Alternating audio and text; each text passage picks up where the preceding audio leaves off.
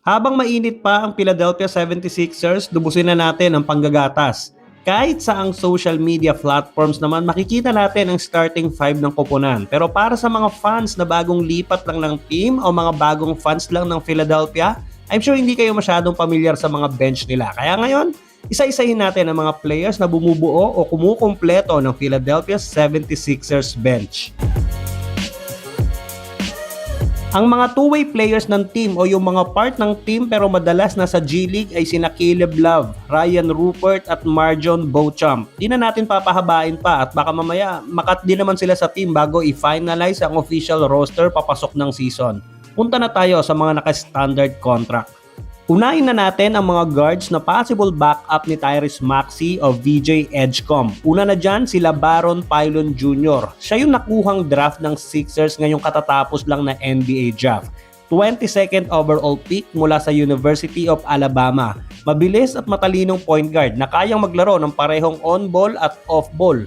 Kilala siya sa playmaking, mabilis na decision making at agresibong depensa. May average siya sa college na 22 points, 5 assists at 3.5 rebounds per game. 50% sa field at 39% sa tres. Ngayong Summer League naman, nag-average siya ng 18.5 points per game. Although rookie pa lang, mataas ang tingin ng Sixers sa potential niya bilang isa sa future guards ng koponan at inaasahang matututo sa likod ni Tyrese Maxey at VJ Edgecombe.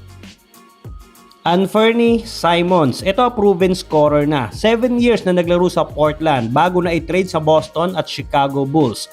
Nag-average siya last season ng 14.3 points na may 44% sa field at 38% sa 3-point line.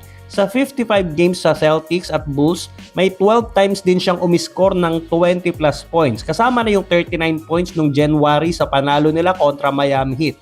So pag binigyan talaga siya ng playing time, sure mararamdaman mo yung presence niya sa court dahil sa kanyang scoring ability. Kaya inaasahan siyang maging pangunahing spark plug ng second unit at isa sa pinakamalaking scoring weapon ng Sixers kapag nagpapahinga ang mga starters.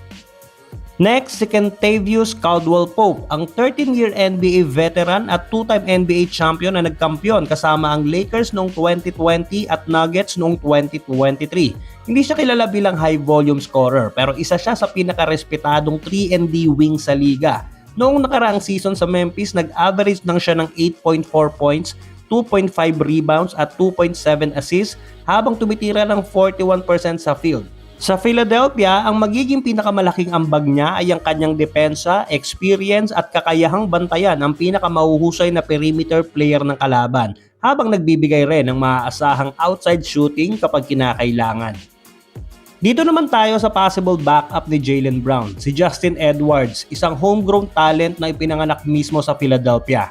Undrafted noong 2024 bago nag-sign sa 76ers. So pangatlong taon niya na tong paparating na season bilang miyembro ng Philly. Noong nakaraang season, naglaro siya ng 64 games at nag-average ng 6 points, 1.5 rebounds at 1.3 assists habang tumitira ng 44.7% sa field at halos 37% sa 3-point line. Inaasahan na mas mahanap na niya ang kanyang laro matapos ang isang season na may halong magagandang performances at ilang inconsistency. Kilala si Edwards sa kanyang physical na laro, maaasahang catch and shoot 3-point shooting at matinding depensa. May tira din to kaso mukhang mauudlot ang development niya ngayong napuno ng stars ang team ng Philly. Pagdating naman sa forward position, una na dyan si Dean Wade. Versatile at 3-and-D forward na 7 season munang naglaro sa Cleveland Cavaliers bago lumipat sa Philadelphia ngayong off-season. Hindi mo madalas makita ang pangalan niya sa mga highlights pero isa siya sa mga role player na gustong-gusto ng mga contender dahil sa kanyang depensa na kayang bantayan ng iba't ibang posisyon at magbukas ng opensa gamit ang kanyang 3-point shooting, basketball IQ at floor spacing. Noong nakaraang season, nag-average siya ng 5.8 points, 4.2 rebounds at 1.5 assists sa loob ng 59 games habang nagkaroon din ng career high na 38 starts. Projected starter pa nga dapat siya nung wala pa si LeBron sa team. So sa pagdating niya sa 76ers, inaasahan siyang magdadala sa second unit ng mga bagay na hindi laging nakikita sa stats pero napakalaking ambag sa panalo ng isang koponan. Sunod naman si Dominic Barlow, athletic big man na unang nakilala matapos dumiretso sa overtime elite imbis na mag-college. Undrafted din noong 2022, naging two-way player ng San Antonio, Atlanta at ng Philadelphia, pero last season, na-upgrade siya mula two-way contract naging standard contract. Noong nakarang season din, naglaro siya sa 35 games at nag-average ng 4.1 points at 2.4 rebounds per game habang tumitira ng 60% sa field. So sa next season, makakatulong siya bilang isang reliable backup big na handang gumawa ng dirty work mula sa pagkuha ng rebounds, pagtakbo sa fast break hanggang sa pagprotekta sa rim kapag kinakailangan. Isa pang forward si Jabari Walker, isang high-energy forward na unang nakilala sa Portland Trail Blazers bago lumipat sa Philadelphia noong 2025 sa pamamagitan ng two-way contract. Isa din siyang na-upgrade ang kontrata papuntang standard contract sa kalagitnaan ng 2025 to 2026 season. Last year, naglaro siya ng 64 games at nag-average ng 4.3 points at 3 rebounds sa limitadong minuto. Isa siya sa pinakamauhusay na offensive rebounder sa posisyon niya kapag nabibigyan ng sapat na playing time. Hindi man siya ang pangunahing scorer ng Sixers, malaki ang ambag niya sa rebounding, physical defense at hustle plays. Papasok na siya ngayon sa kanyang ikalawang season sa Philadelphia. Inaasahan mas lalaki pa ang kanyang papel bilang isa sa maaasahang energy guys ng second unit. Para naman sa mga backup ni Joel Embiid, una na dyan si Adem Bona. Apelyido pa lang, alam mo ng batang may laban. Siya yung 41st overall pick ng Philadelphia noong 2024 NBA draft mula UCLA. Sa kanyang rookie season, unti-unti niyang nakuha ang tiwala ng coaching staff dahil sa kanyang energy, rim protection at kakayahang maglaro bilang lob threat. Isa siya sa pinakamahuhusay na shot blocker sa last year rookie class. Noong nakarang season, naglaro siya ng 58 games at nag-average ng 5.8 points, 4.2 rebounds at 1.2 blocks per game. Papasok na siya ngayon sa kanyang second NBA season. Inaasahan naman ng Sixers sa kanya na mas lalaki pa ang kanyang papel bilang backup center. Sa kanyang athleticism, shot blocking at walang sawang hustle, lalo na ngayong nawala na sa team ang backup center na si Andre Drummond. Although madami pang dapat ayusin o i-improve si Bona sa game, isa pa din siya sa mga batang players na may malaking potensyal na maging mahalagang bahagi ng future ng Philadelphia. Isa pang backup big man ay si Ariel Hukporti, isang 7-foot center mula sa Germany na ilang taon munang naglaro sa Europe bago pumasok sa NBA.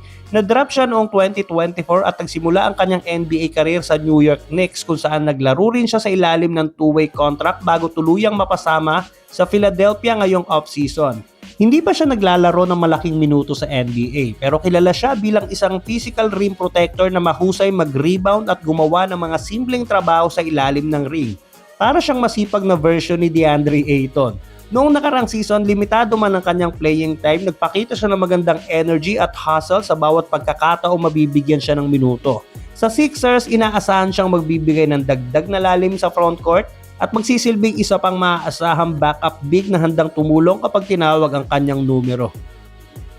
At yan ang mga players na bumubuo sa bench ng Philadelphia 76ers ngayong paparating na season. Kung mapapansin mo, karamihan sa kanila puro defensive players. Hindi sila kasing ingay ng mga starters pero sa isang mahabang NBA season, sila yung mga players na pwedeng magbago ng takbo ng isang laro sa oras na kailanganin sila.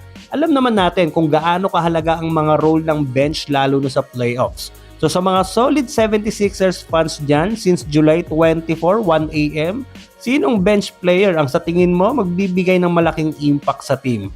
Comment ka naman sa baba, paki-like and share naman ang video at baka naman, paki-subscribe na din ang ating channel para sa mga susunod pang NBA Kwentuhan.